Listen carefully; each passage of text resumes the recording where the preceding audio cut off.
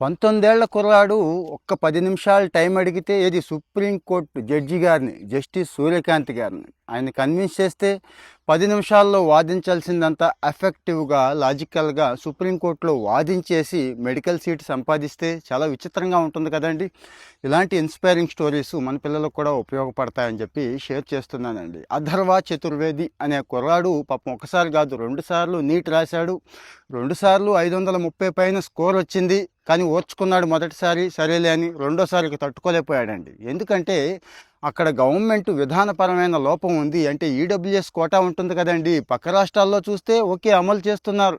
మళ్ళీ ఆ రాష్ట్రంలోనే ఎస్సీ ఎస్టీలకు కానీ పీడబ్ల్యూడి వాళ్ళకి కానీ అక్కడ సీట్లు ఉన్నాయి. కానీ ఒక బీసీలకు మాత్రం లేదు అని చెప్పి ఈ అథర్వ చతుర్వేది కోర్టుకి వెళ్ళాడండి. కోర్టుకి వెళ్ళాడంటే ఏదో మంచి లాయర్ని పెట్టుకున్నారు అంటారేమో. స్పెషల్ లీవ్ పిటిషన్ వేశాడు. మామూలు స్పెషల్ లీవ్ పిటిషన్ యాక్సెప్ట్ చేయడమే కష్టం, కానీ యాక్సెప్ట్ చేసేలా తయారు చేసుకున్నాడండి. అతనికి లీగల్ టెర్మినాలజీ తెలియదు. తండ్రి లాయరే కొంత హెల్ప్ చేశాడు. స్వయంగా పిటిషన్ తయారు చేసుకొని సుప్రీంకోర్టులో వేసి లాయర్ గారిని ఒక్క 10 నిమిషాలు టైం అడిగాడండి, అంతే. జడ్జి గారిని ఒక 10 నిమిషాలు టైం అడిగాడు, అంతే.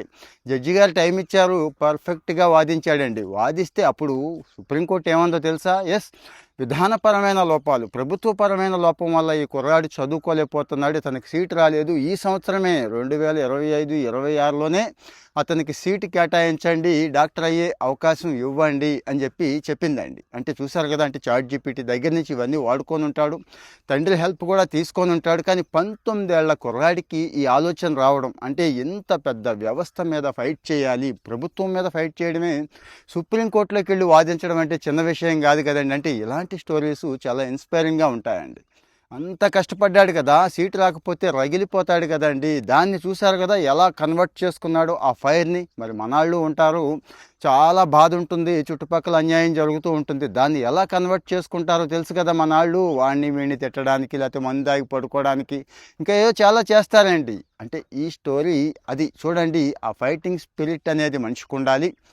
మనిషికి ఉండే ఫైటింగ్ స్పిరిటే ఎక్కడా తగ్గని తత్వమే మనిషిని ముందుకు తీసుకెళ్ళిపోతుంది అని అతను ప్రూవ్ చేశాడు. 19 ఏళ్ల కుర్రాడు. మరి మన కుర్రాళ్ళకు కూడా ఇది చాలా ఉపయోగపడుతుంది. మీకు కూడా ఎప్పుడైనా ఇలాంటి పరిస్థితి ఎదురైందా?